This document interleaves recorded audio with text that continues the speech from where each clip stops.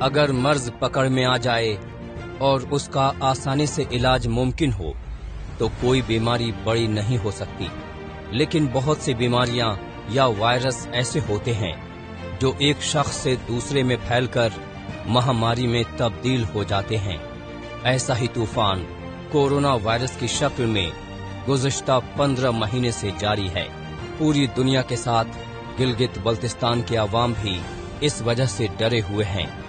حالانکہ کچھ عرصہ پہلے پاکستان کے شہروں میں ویکسینیشن کی مہم شروع ہو گئی ہے، لیکن گلگت بلتستان کے لوگوں کو اس کے لیے ابھی بھی لمبا انتظار کرنا پڑ رہا ہے، خاص طور سے سوست، گوجال اور وادی ہنزا جیسے دور دراز علاقوں میں۔ یہ ویکسین جو ہے، جو ہمارا جو علاقہ ہے، اچھا خاص کوئی وہ نہیں ہے، ٹرانسپورٹ بھی نہیں ہے، ہم اس گورنمنٹ سے میرا تعلق ہے۔ اچھا میں ریکویسٹ کرتا ہوں کہ یہاں جو بوڑھے جو لوگ ہیں جو یہاں نہیں آ رہا ہے، اس لیے گورنمنٹ کو ریکویسٹ ہے کہ یہ جو ویکسین ہے نا وہاں پر ہونا چاہیے، کیا کہ لوگوں کو تکلیف نہیں ہونا چاہیے۔ ایک طرف ویکسین کے لیے جوجھتے گلگت بلتستان میں طبی محکمے کو چست درست رکھنے کی بات ہو رہی ہے، تو وہیں اس کے برعکس ایک کے بعد ایک ڈاکٹر استعفیٰ دے رہے ہیں۔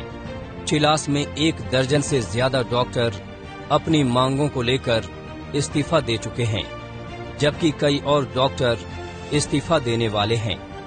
دراصل ان ڈاکٹروں اور پیرامیڈیکل سٹاف کا کہنا ہے کہ ہم اسپتالوں میں 24 گھنٹے کی ڈیوٹی انجام دیں یا پھر ویکسینیشن سینٹرز پر جا کر ویکسین لگائیں۔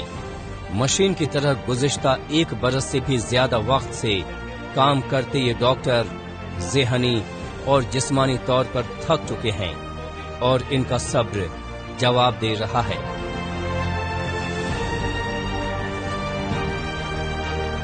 کچھ مسائل جو ہمیں درپیش ہے ان میں پہلے نمبر پہ یہ ہے ہمارے پاس انٹرنیٹ کا کوئی خاص سسٹم نہیں ہے اور ہاسپٹل میں کوئی وائی فائی نہیں ہے، بہرحال اس کا کوئی مناسب انتظام ہونا چاہیے۔ دوسرا یہ کہ ہم لوگ ہاسپٹل میں بھی ڈیوٹی کرتے ہیں اور ادھر آ کے ہم لوگ ویکسینیشن بھی کرتے ہیں، نائٹ ڈیوٹی بھی کرتے ہیں۔ گلگت بلتستان میں کورونا کے گنے چنے کیس بھی شرطیہ طور پر ایک لا علاج بیماری میں تبدیل ہونے کا خطرہ ہے، کیونکہ نہ یہاں اسپتال ہے، نہ ہی پروفیشنل ڈاکٹر اور نہ ہی جدید ترین لیبارٹری۔ اس کے علاوہ اپریل کا مہینہ ہونے کے باوجود ابھی بھی کافی ٹھنڈ ہے، جو وائرس کے لحاظ سے بالکل معقول ہے۔ ایسے میں کسی بھی طرح کی کارروائی کا دکھاوا کرنے کی بجائے مقامی حکومت اور پاکستان دونوں کو ہی جنگی سطح پر فوری ویکسینیشن کی ضرورت ہے، ورنہ یہاں ایسی تباہی برپا ہو سکتی ہے جسے سنبھالنا کم سے کم پاکستان کے بس کی بات تو نہیں لگتی۔ لیکن بیشتر سینٹرز پر نہ بجلی ہے اور نہ ہی انٹرنیٹ، اس لیے آن لائن رجسٹریشن ممکن نہیں ہے۔ اس وجہ سے لوگوں کو لمبا انتظار کرنا پڑ رہا ہے۔ باوجود اس کے چند خوش قسمت لوگوں کو ہی ویکسین لگ رہی ہے۔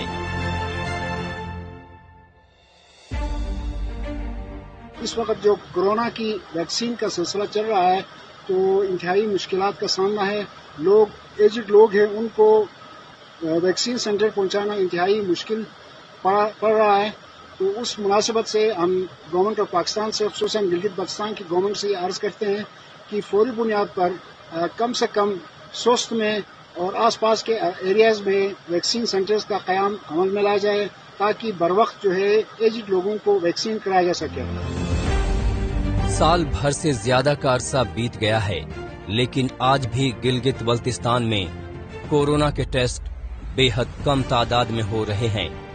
دراصل یہاں کورونا کی جانچ کے لیے ٹیسٹنگ لیب بھی نہیں ہے۔ یہاں سے کورونا کے نمونوں کو پاکستان بھیجا جاتا ہے۔ علاقے میں ایک بھی ٹیسٹنگ لیب کا نہ ہونا بے حد چونکانے والا ہے۔ جب ڈاکٹرز مریضوں کا ٹیسٹ ہی نہیں کر پائیں گے تو بھلا کورونا کے معاملے کیسے سامنے آئیں گے؟ سوچنے والی بات یہ ہے کہ جب یہاں کورونا کے ٹیسٹ کی مانگ تک پوری نہیں ہو پا رہی ہے تو بھلا 20 لاکھ سے زیادہ آبادی کا ویکسینیشن کیسے ہو سکتا ہے؟ ویسے بھی پاکستان کے ذریعے ہر روز صرف گنے چنے ویکسین کے ڈوز ہی اس غلام خطے میں بھیجے جا رہے ہیں، جس سے اب تک 1% آبادی کو بھی ویکسین کی ڈوز نہیں لگی ہے۔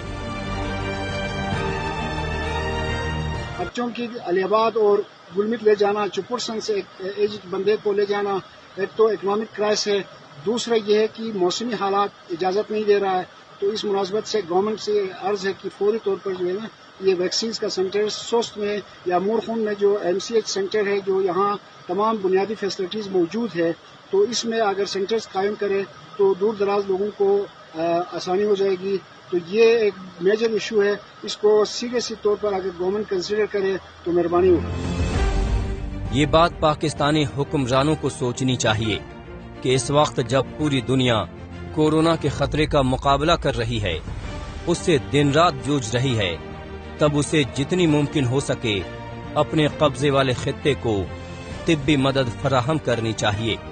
لیکن پاکستانی حکمران نہ جانے کس مٹی کے بنے ہیں کہ انہیں کسی کی دکھ تکلیف سے کوئی فرق نہیں پڑتا، کیونکہ اگر پڑتا تو یہاں کے بزرگوں، خواتین اور بیمار لوگوں کے لیے ویکسین کا انتظار ختم ہو چکا ہوتا۔